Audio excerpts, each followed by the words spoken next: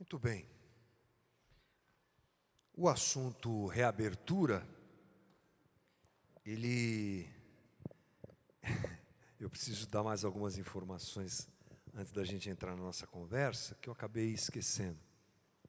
Primeiro, eu quero dizer que nossas reuniões acontecerão só às 10 da manhã. É só essa reunião que vai continuar acontecendo e que dentro da qual nós receberemos você que porventura quer estar com a gente, tá bom? Quiser estar com a gente. E também aliviar corações que talvez fiquem preocupados, nossas transmissões continuarão. Aliás, acho que é algo que a gente não consegue mais se desfazer, né? Preparamos a igreja para isso, então teremos o salão aberto e as transmissões acontecendo. E a coisa funciona assim, só para a gente deixar corações tranquilos. Se você não se sente à vontade, não venha, irmão, fique tranquilo, acompanhe pela internet e, como dizem, seja feliz, está tudo bem, está tudo certo. Você que gosta de presencialmente estar aqui, sente falta e não se sente de alguma maneira mal com isso, vai poder vir e participar com a gente. É simples assim, tá bom, gente? E que Deus nos abençoe. Ore por isso, é uma decisão difícil de ser tomada, mas importante para a comunidade nesse momento.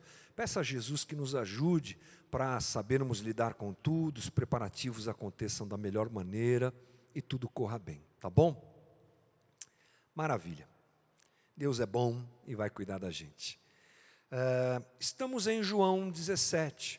Estamos ainda falando sobre o discurso de Jesus, a oração de Jesus. Aliás, agora já estamos dentro do momento em que Jesus ora e temos acompanhado trecho a trecho, entendido melhor tudo isso.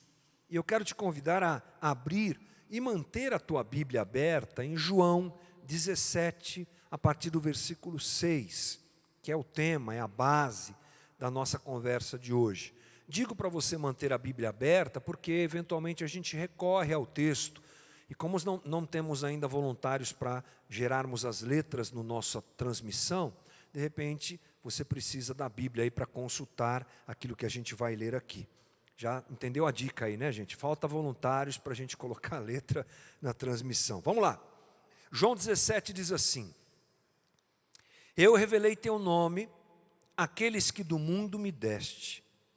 Eles eram teus, tu os deste a mim, e eles têm guardado a tua palavra.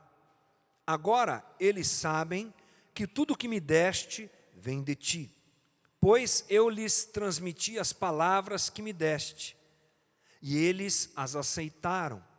Eles reconheceram de fato que vim de ti e creram que me enviaste. Eu rogo por eles. Não estou rogando pelo mundo, mas por aqueles que me deste, pois são teus. Tudo o que tenho é teu, e tudo o que tens é meu, e eu tenho sido glorificado por meio deles. Esse é o texto de João 17, de 6 a 10. Esse é um segundo momento, digamos assim, da oração sacerdotal de Jesus. Num primeiro momento, Jesus ora por si, porque ele está indo à cruz e tudo mais. Agora, ele ora pelos seus discípulos, ele os chama aqui de aqueles que foram dados a ele pelo Pai. E Jesus diz algo interessante, logo no começo desse texto. Ele diz que ele revelou o nome do Pai, revelou o nome do Pai, aos seus discípulos. Ele diz isso, ele diz que revelou o nome do Pai aos seus discípulos. Esses discípulos, portanto, segundo o que Jesus diz, conheceram o nome de Deus através de Jesus. Mas pare para pensar um pouco comigo. Parece que o que Jesus está dizendo não tem muito sentido. Parece estranho dizer que Jesus revelou o nome de Deus aos seus discípulos. Eles eram judeus? Como assim? Será que na tradição judaica o nome de Deus não era conhecido? Todos nós sabemos que sim. Olha só, por exemplo, o primeiro nome bíblico dado a Deus é Elohim. E ele aparece, sabe aonde? No primeiro versículo do primeiro capítulo do texto bíblico, Gênesis 1:1. No princípio, Deus criou os céus e a terra.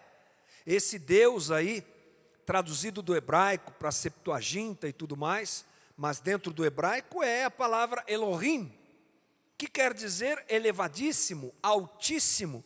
É uma palavra que era usada, inclusive de forma ordinária, para se dirigir a qualquer divindade cananeia.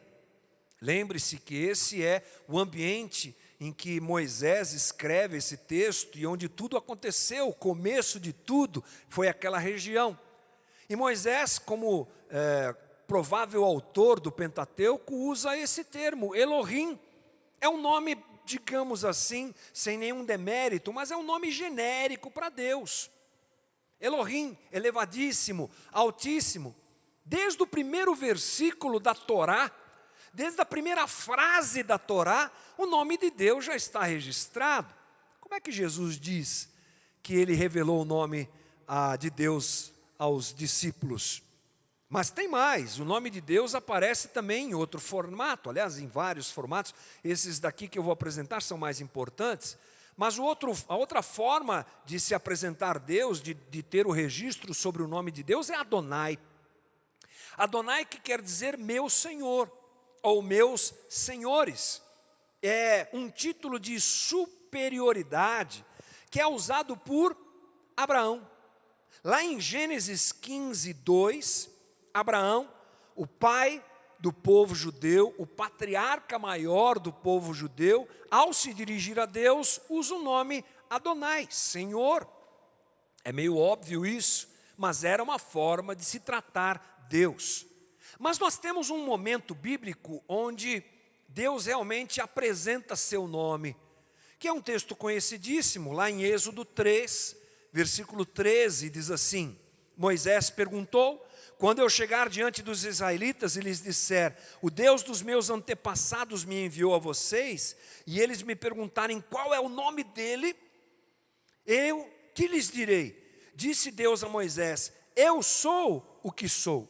É isto que você dirá aos israelitas: eu sou, me enviou a vocês. É bem interessante isso, porque quando o nome é usado pelos que nós citamos anteriormente, Moisés, Abraão, o que acontece é que são nomes pronunciados pelos homens. Os homens estão dizendo esses nomes. Agora nós encontramos Deus falando o seu nome. Deus apresentando o seu nome. E no hebraico isso fica curioso demais, porque a palavra usada, ela é assim, YHWH. Claro que na transliteração para o nosso alfabeto ocidental, YHWH. Me diga uma coisa, como é que se fala o nome desse? Como é que se fala, como é que se pronuncia um nome desse? Isso acontece, gente, porque no hebraico, é algo que eu não estudei muito ainda, mas no hebraico você não tem vogais. Por quê? Porque é uma língua basicamente de tradição oral. Você tem o registro escrito, mas é muito difícil ler esse registro escrito se alguém não te disser o que está escrito. Então esse é um agravante interessante, mas foi esse termo que Deus usou para falar com Moisés, e é esse texto que é registrado lá na Torá. Hoje a grafia mais comum é Yahvé, ou até Yahweh. Essa talvez seja uma melhor tradução. Veja só que tiveram que adaptar, tiveram que tentar entender a língua para achar o nome de Deus. Mas vamos lá, fique com Yahvé, fique com Yahweh, você pode escolher um dos dois. Esse nome, a raiz hebraica desse nome, vem do verbo ser. E ele pode ser traduzido como eu sou o que sou, que foi o caso da tradução utilizada nessa versão bíblica que eu li aqui, ou alguma coisa como eu sou o que serei. A ideia de Deus ao falar o que falou para Moisés, e o termo usado aqui, sempre apresenta a ideia de plenitude de existência. Deus é o que é, Ele existe absolutamente. Nós existimos nele, mas ele é, Deus é. E é isso que o seu próprio nome quer dizer. O nome de Yahvé ou Yahweh era conhecido, tão conhecido pelos judeus, que ele era tratado com uma absoluta reverência. É muito interessante isso. Na tradição dos escribas, por exemplo, quando eles estavam copiando a Torá, quando o nome de Deus estava no texto, e eles então tinham que colocar o nome de Deus, registrar o nome de Deus, tinham que escrever o nome de Deus, o que é que eles faziam? Eles pegavam uma pena virgem. Olha que coisa impressionante. Uma pena virgem para poder registrar o nome de Deus, porque era santo demais. Esse nome também não era pronunciado. Eles utilizavam Elohim ou Adonai para se referirem a Deus, mas esse nome não era nem sequer falado. Lembre-se você, por exemplo, da ira daqueles que ouviram Jesus dizer, eu sou. Porque o judeu não diz eu sou, porque esse eu sou tem a ver com o nome de Yahvé, com o nome Yahweh. Esse eu sou tem a ver com a identidade de Deus, ninguém mais pode usar isso.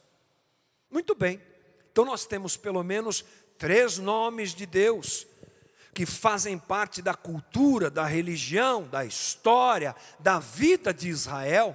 E aí aparece Jesus e diz, eu revelei o teu nome aos discípulos. Como assim? Então, Jesus diz isso porque os judeus sabiam o nome, sabiam a grafia do nome, mas eles não conheciam a Deus.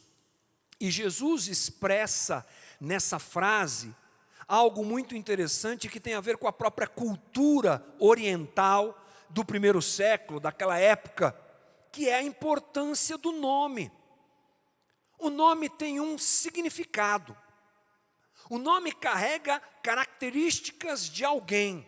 E isso, que é uma realidade hoje, mas muito mais forte, muito mais real na cultura oriental daquela época. Quando eu digo o nome de alguém, eu o identifico. Eu sei sobre quem se está falando. Apresenta-se, portanto, mais do que uma referência a alguém, mas a própria identidade da pessoa. E no texto bíblico nós encontramos isso de uma forma muito séria, principalmente Velho Testamento. Então você vai pegar figuras que têm um nome que representam aquela própria pessoa. É o caso de Jacó, por exemplo. Vou lembrar da história de Jacó para você aqui. Jacó quer dizer aquele que segura pelo calcanhar. Você lembra do nascimento de Jacó? Saiu grudado do ventre da mãe no calcanhar do irmão. Essa também é uma característica que persegue Jacó na sua vida, que faz parte da sua essência. Porque Jacó também pode ser traduzido por mentiroso, picareta, sabe? Contextualizando, enganador, né? Essa coisa toda. Interessante como o nome de Jacó apresenta a sua personalidade. Mas mais à frente, Jacó tem uma experiência com Deus. Lembra? Lá no deserto, ele tem uma visão, Deus fala com ele, a escada, os anjos descem, uma coisa maravilhosa. E o nome de Jacó é mudado para Israel. O nome que Deus, aliás, o homem que Deus vê. O homem que vê Deus. Vamos trocar as bolas aqui não. Então, você vê como o nome, ele tem uma importância cultural, uma importância pessoal para aquele momento histórico. Ou seja, designava um alguém. Como eu disse, essa é uma realidade que acontece ainda hoje. Quando você ouve o nome Hamilton, se você me conhece, você já vai fazer links sobre a minha história, sobre quem eu sou. Você pode pensar, é o Hamilton do resgate, depende da condição. É o Hamilton lá da Casa da Rocha, depende da condição. É o Hamilton da Ana, é o Hamilton pai do Mateus, do Vitor e do Rafael, ou coisa do tipo. Você liga a minha história ao meu nome, assim acontece com você. Revelar o nome de Deus, portanto, Jesus está dizendo isso, era mais do que dizê-lo. Era mais do que ensinar eles a falarem o nome de Deus, era apresentar a essência de Deus. Eu revelei o nome do Pai aos discípulos, eu revelei o teu nome a eles, é a oração de Jesus. Jesus está praticamente dizendo, eu revelei a eles a tua essência. Aliás, essa poderia ter sido a frase. Eu revelei quem o Senhor é, Pai. Eu mostrei a tua personalidade, o teu caráter. Eu revelei a eles como o Senhor pensa. Eu mostrei a eles quem o Senhor é. E o termo usado pelo texto bíblico para revelar é phanerô. Phanerô, que é o revelar. Tornar manifesto ou visível ou conhecido o que estava escondido. Olha que coisa interessante. Eles tinham o nome de Deus na boca, mas o ser de Deus ainda era escondido para eles. Inclusive, essa era a realidade da religião de Israel. Pronunciavam o nome de Deus, mas Deus para eles ainda estava escondido, e Jesus vem e revela a Deus. Jesus revela o nome de Deus. É o próprio Emanuel, né, gente? É o próprio Deus conosco. É o próprio Deus que anda entre os homens e mostra Deus. João diz assim lá na sua carta, 1 João 1:1, diz assim, o que era desde o princípio, o que ouvimos, o que vimos com os nossos olhos, o que contemplamos e as nossas mãos apalparam.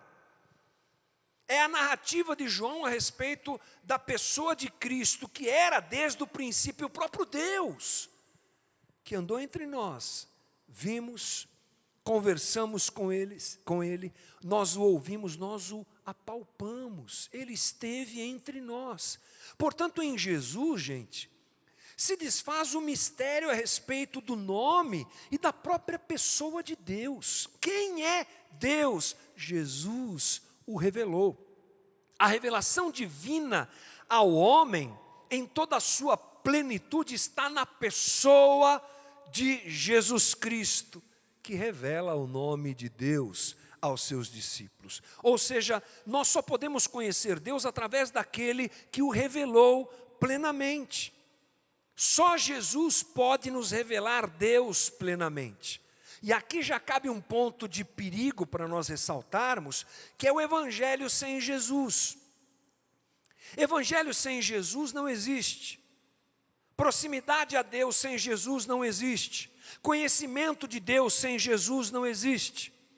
E aí é um ponto para nós ressaltarmos o perigo de abraçarmos uma espiritualidade que quer nos levar até Deus através de experiências, ou através da ênfase, por exemplo, da pessoa do Espírito Santo, não é?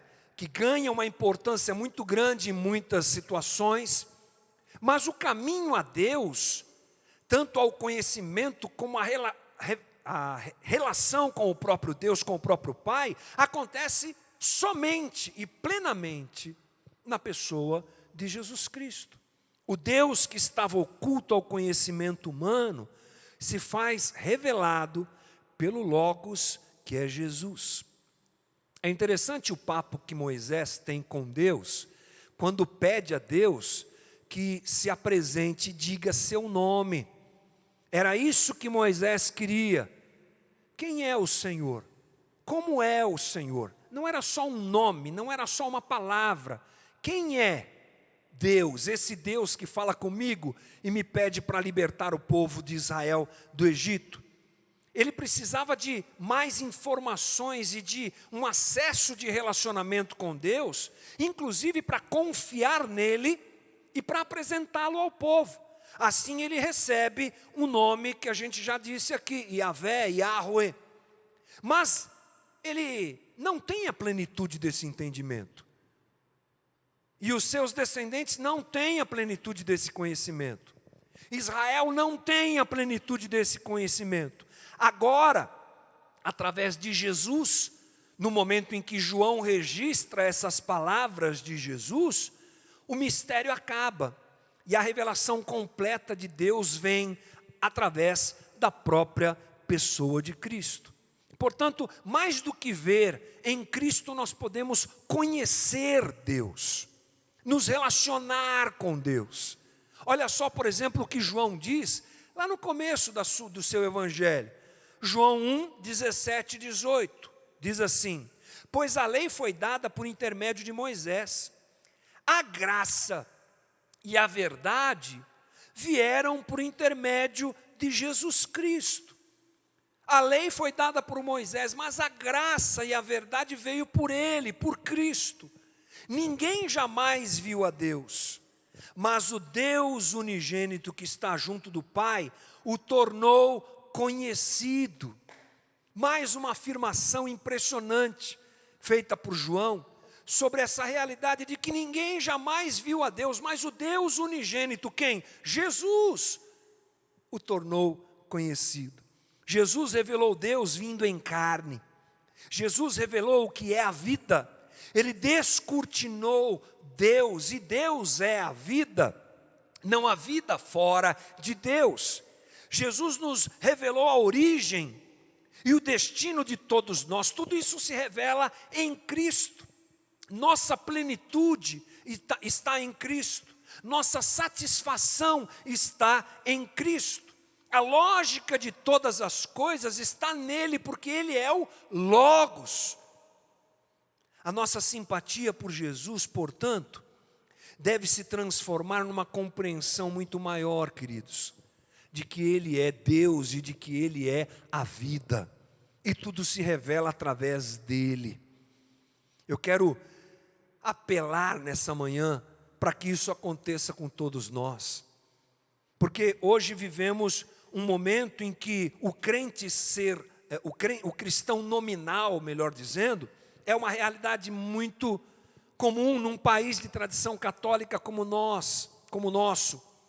Todo mundo conhece Jesus, todo mundo é simpatizante de Jesus, todo mundo conhece esse nome Jesus, mas não conhecem quem Deus é, porque se apegam somente ao nome e não à revelação que Jesus traz e apresenta. O nosso país está vivendo uma crise nesse aspecto, porque cristãos, ou crentes evangélicos, melhor dizendo, usando o nome de Jesus, não conhecem Jesus. Usam o nome de Jesus e não conhecem. Estão na mesma condição que Israel estava quando Jesus vem em carne. Falavam, diziam, os próprios discípulos, diziam o nome de Deus, mas não o conheciam. E aqui nós temos então a oportunidade de deixar esse incômodo entrar em nosso coração e nos fazer pensar se a nossa relação com Jesus é só nominal, é só simpática, é só religiosa, ou é a relação de alguém que, como os discípulos viveram, começam a conhecer a Deus a partir do Deus unigênito que é o Cristo. Mas há mais uma coisa para a gente destacar aqui interessante, que é um jogo de palavras na língua grega, que é usado por João ao registrar as palavras de Jesus, que ora e fala em aramaico, mas João registra tudo isso em grego. Jesus, o Logos, e Logos também pode ser traduzido por palavra, revela o Pai em suas palavras. Parece uma coisa um pouco complexa, mas não é, porque no versículo 6, o texto diz assim: eu revelei teu nome àqueles que do mundo me deste. E aí ele segue: eles eram teus, tu os deste a mim, e eles têm guardado a tua palavra. Jesus revela o nome de Deus aos discípulos. Lembre-se o que é nome, o que isso quer dizer. E aí ele diz que eles têm guardado a tua palavra. Qual o termo grego usado aqui por João? Logos. A palavra logos é muito ampla, gente, mas a utilização dessa palavra aqui tem a ver com lógica de tudo. Eles têm seguido a tua lógica, é a oração de Jesus ao Pai. Os discípulos têm guardado o teu caráter, têm vivido no teu caráter, têm guardado a tua verdade, a verdade de todas as coisas. Eles entenderam eles compreenderam e eles têm andado no Logos. Qual Logos? O Logos de Deus. A realidade existencial que está presente só em Deus. Então Jesus revelou Deus ao se encarnar, e os seus discípulos viram Deus e guardaram o Logos, a lógica da vida que está em Deus. É assim que Jesus diz, e é por isso que João usa aqui palavra como Logos. Mas no 8, a coisa continua. E ele diz assim: pois eu lhes transmiti as palavras que me deste, e eles as aceitaram. Opa, então aqui de novo é lógica da vida? Não. Aqui outro termo é remata. Aquela famosa palavra rema. Ah, como o brasileiro gosta dessa palavra. É a palavra que vira verdade, é a palavra que se transforma, é a palavra que encarna. Não, aqui rema é discurso. Simples assim. No grego essa é a ideia, discurso, anúncio, proclamação. Vou ler de novo o texto para você. Pois eu lhes transmiti as palavras que me deste. Aqui é palavras mesmo. Discurso. Tem a ver com o que Jesus falou. Tem a ver com o modo que Jesus viveu. Ele transmitiu um discurso, seja pronunciado verbalmente, seja pronunciado pelo jeito de viver, e os discípulos aceitaram. Aqui está esse jogo de palavras interessante. No discurso de Jesus está a lógica. Onde eles encontraram a lógica? No discurso, na vida, nas palavras do verbo. É bem interessante isso. Agora, talvez você pense assim, mas esses discípulos estão então, esses discípulos foram muito privilegiados, eu não deixo de pensar assim. Eles andaram com Jesus, eles viram Jesus, mas o que fez diferença na vida deles foram as palavras de Jesus que revelaram ao Pai. Foi o discurso vivido e trazido verbalmente por Cristo que revelou, tudo isso revelou ao Pai. Nós não temos mais o Jesus encarnado aqui, né? Nós não temos mais, mas temos o Logos, temos a palavra que hoje habita em nós, gente. Isso é surreal, isso é importante, isso é especial demais. Nós não andamos com Deus, com Jesus fisicamente, mas o Logos que apresenta o nome de Deus agora habita em nós. E nós temos também, é claro, as suas palavras. O seu discurso verbal está aqui. As suas reações estão registradas aqui. O jeito que Jesus viu a vida, interpretou a vida, se relacionou com as pessoas. O jeito, a lógica, o Logos de Deus estava nele. Ele agora habita em nós e ainda temos o registro de tudo que ele disse e falou. O Logos que está em nós revela o nome de Deus para nós.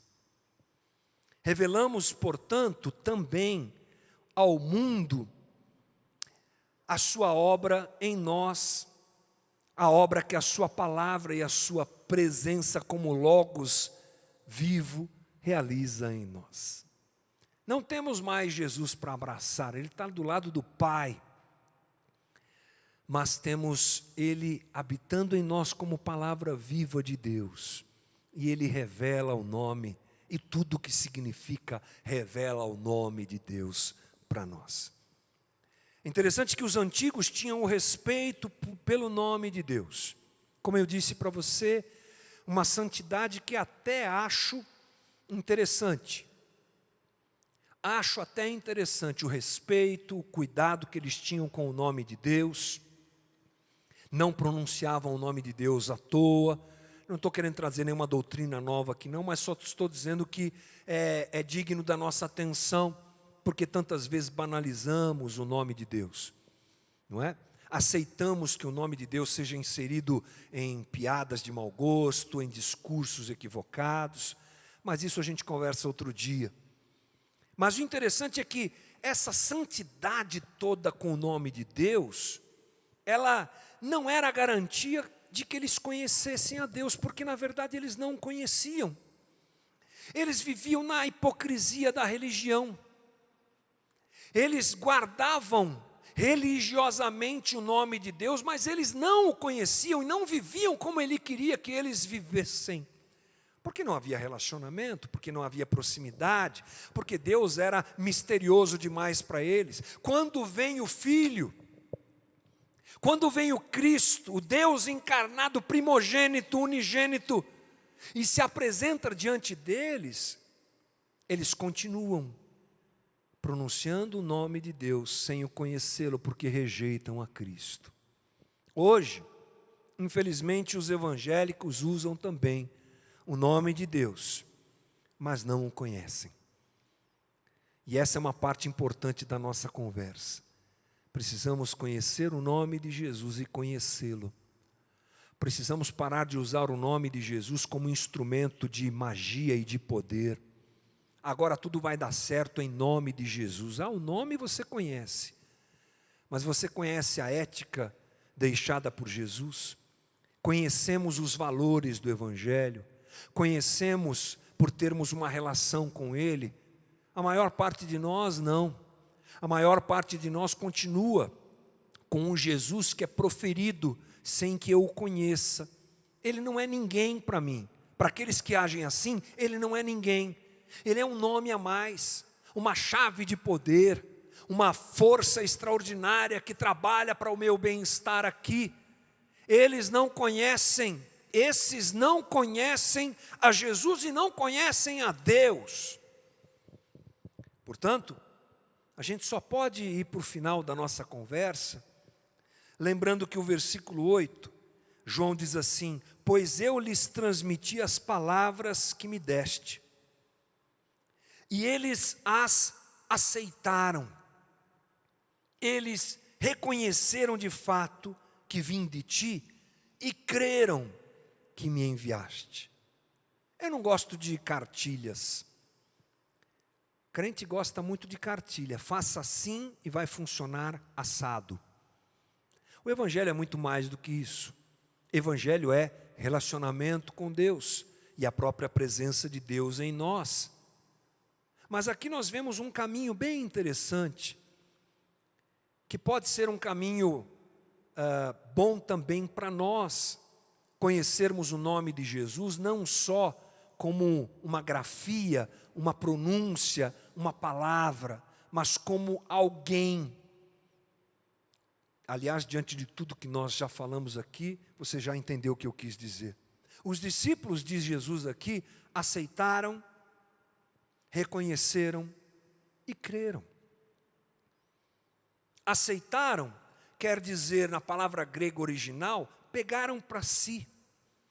Eles aceitaram as palavras que Jesus pronunciou e pegaram para si. Pegaram para si as palavras do discurso de Jesus. As palavras do discurso de Jesus tornaram-se importantes. E eles as aceitaram, eles tomaram para si o que Jesus dizia. A gente vive tempo, momento, aliás, isso faz parte da humanidade, da história, mas acho que agora essas coisas estão muito fortes, em que as pessoas, elas só querem ouvir o que lhes agrada, elas só querem ouvir aquilo que enche o coração delas de prazer, elas só querem ouvir aquilo que lhes interessa. Pastores têm dificuldade de falar o Evangelho, porque estão muitas vezes à mercê de um sistema que diz a eles, você não pode pregar isso, porque senão as pessoas vão embora da igreja. E por que elas vão embora da igreja? Porque não querem ouvir as palavras do Filho, querem ouvir aquilo que querem ouvir. Mas os discípulos, os verdadeiros discípulos, tomam para si as palavras do Cristo, aceitam essas palavras, pegam para si. Também os discípulos reconhecem, diz assim o texto, eles reconheceram que de fato vim de ti. Eles entenderam. A palavra grega aqui tem a ver com entenderam, assimilaram. O Evangelho é espiritual. Paulo chama de loucura para aqueles que não entendem. Por quê? Há uma questão aí de entendimento. Entender quem é Jesus, entender o Logos, entender o Filho encarnado. Eles aceitaram e reconheceram que vim de ti. Entenderam esse movimento divino, coisa que às vezes a gente não quer. A gente quer criar o nosso evangelho. A gente quer criar a nossa teologia. E é daí que vem as grandes heresias. Aliás, já dizem os teólogos que a Bíblia é a mãe de todas as heresias, porque se isso não acontece, eu moldo o evangelho, entre aspas, ao meu bel prazer. E não aceito aquilo que ele é, não entendo aquilo que ele genuinamente é, o que é o evangelho de Cristo, quem é Jesus, quem é Deus. E em último lugar, diz João, eles creram. Eles tomaram para si a palavra, eles entenderam a palavra e depositaram a sua vida em cima disso. Fizeram disso a sua vida, creram no sentido de confiar. Essa é a ideia, esse é o cerne, esse é o centro da palavra de Jesus registrada por João. Eu lhes transmiti as palavras que me deste, eles aceitaram, reconheceram e creram. Por isso, Deus foi a eles revelado. Por isso eles entenderam e conheceram Deus na figura de Cristo, porque Jesus apresentou o nome de Deus através das suas palavras. Irmão, querido, irmã querida, você que está me assistindo aonde estiver, eu não posso terminar essa palavra de outro jeito, essa conversa de outro jeito, senão dizendo, é tempo de nós conhecermos a Deus. É tempo de nós nos aprofundarmos no conhecimento de Deus. E Ele vem pelo Logos, que é Cristo, através da sua palavra. O Logos que habita em nós e a sua palavra expressa nos revelam quem é Deus. Pare de procurar Deus onde você não o encontrará. Pare de procurar Deus em manifestações espirituais duvidosas. Pare de procurar Deus em movimentos teológicos que aparecem e desaparecem. Pare de procurar Deus em lugares onde Ele não está, em pessoas onde Ele não está. Deus está em Jesus, porque Jesus é Deus que se revela. Ouço a palavra, tomo para mim, entendo a palavra e confio nela. Esse é o caminho para nós, assim como os discípulos, conhecermos a Deus. Querido Jesus, eu te agradeço por essa conversa. Eu te agradeço por mais uma reunião. Eu te agradeço, Jesus, porque o Senhor revelou Deus a nós. Porque em Ti está a essência da vida, o Logos, a lógica de tudo. E eu te agradeço pela Tua misericórdia de nos ter feitos filhos, nos recebido com o Teu amor e com a Tua graça, apesar do pecado e apesar do mal que somos e carregamos. E eu te agradeço porque o Senhor revela ao Pai a nós. A Tua palavra remata o Teu discurso verbalizado, vivido através das Tuas ações, chega até nós através do texto bíblico sagrado, para nos revelar toda a verdade do Pai. E hoje temos ao Senhor habitando em nós, morando em nós. Obrigado por todo esse movimento divino gracioso em nosso favor. Não há mais desculpa para não conhecermos a Deus. O Deus está revelado em Ti, Jesus. Obrigado por isso. Desperta em nós o coração que se volta a Ti. Desperta em nós um coração que se apega ao Teu discurso e não a coisas fantasiosas e malucas que querem nos afastar de Ti, Jesus, e nos enganar na religião. Não permita que sejamos aqueles que carregam na boca um nome de um Deus que não conhecem. Nos ajuda, Senhor, para que a nossa intimidade contigo seja verdadeira, profunda, real, autêntica, já que o Senhor habita em nós. Destapa os nossos ouvidos espirituais, Jesus, Abre os nossos olhos para te enxergarmos e andarmos contigo na lógica de Deus, no Logos que é o Senhor. Obrigado por essa manhã, obrigado por tudo que o Senhor tem feito. Nossos joelhos estão dobrados diante do Senhor todo dia, porque o Senhor é bom, a tua graça e misericórdia duram para sempre. Obrigado, Jesus. Colocamos diante do Senhor a nossa reabertura da comunidade dia 8. Ajuda-nos, Jesus. Dá-nos graça em tudo, para que as coisas fluam bem. Cuida do nosso coração. Dá-nos um resto de domingo gostoso e bom com a nossa família. E uma semana produtiva e abençoada no Evangelho de Jesus. E que a cada dia a gente conheça mais o teu nome e mais ao Senhor. É a minha oração nessa manhã em nome de Jesus. Amém. Amém. Bom domingo. Deus te abençoe.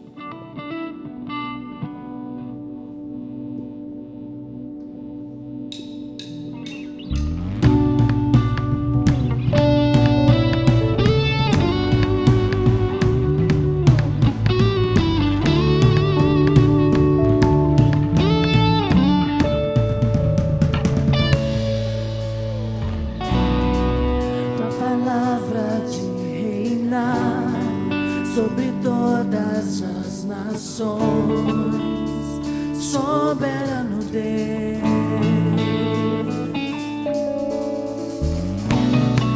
não há força nessa terra que te possa suportar, soberano Deus, tua glória te reinar, teu poder se espalhar, soberano Deus.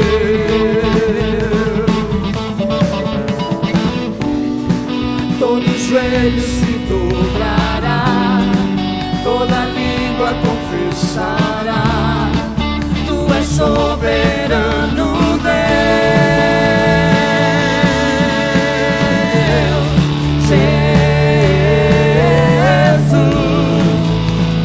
Soberano Deus, soberano, soberano, sobre todas as nações, reinará o teu Senhor, soberano, soberano.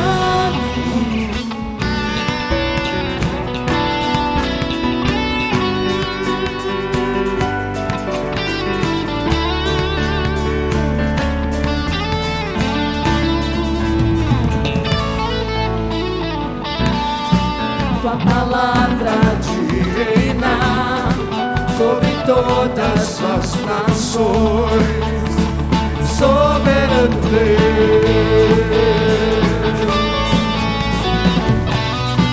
Não há força nessa terra que te possa suportar, soberano Deus.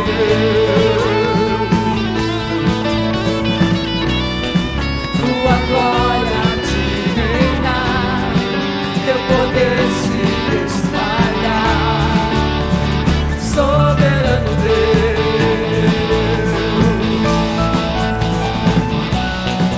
Todo joelho se dobrará, toda língua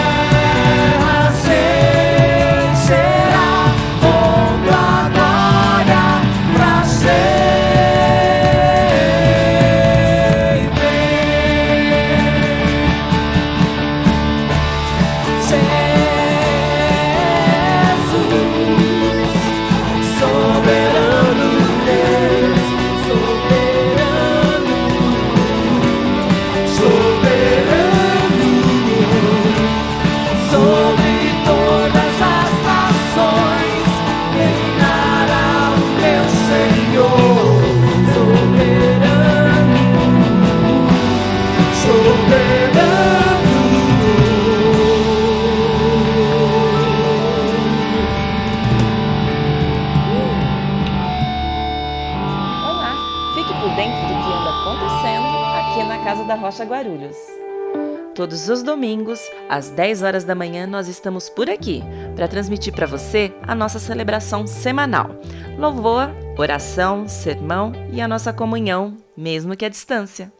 Às terças, quartas e quintas, temos nossas lives para orarmos juntos. Você pode enviar o seu pedido de oração para o nosso WhatsApp, que é 11 95652 0227 e se juntar a nós para alguns minutos de união e oração. De segunda a sexta-feira, ao meio-dia, você é o nosso convidado a participar das conversas de quarentena conduzidas pelo pastor Hamilton em seu Instagram, @HamiltonResgate. São alguns minutos de reflexão que fazem os nossos dias serem mais leves e significativos. A Casa da Rocha sempre se preocupou com nossos irmãos que passam por necessidades, e agora não é diferente. Estamos recebendo doações de alimentos todos os dias, das 19 às 20 horas, em nosso drive-thru solidário. É só se dirigir ao nosso endereço e deixar sua doação com um de nossos voluntários, sem contato físico e com total segurança. Para facilitar a doação daqueles que não podem vir até a Casa da Rocha Guarulhos, viabilizamos a ação online por meio desses QR Codes. Você pode escolher doar cestas básicas ou qualquer valor múltiplo de R$10, que é direcionado automaticamente para o projeto Peregrinos, atuante aqui na região de Guarulhos, no Cabo Sul. Então é isso.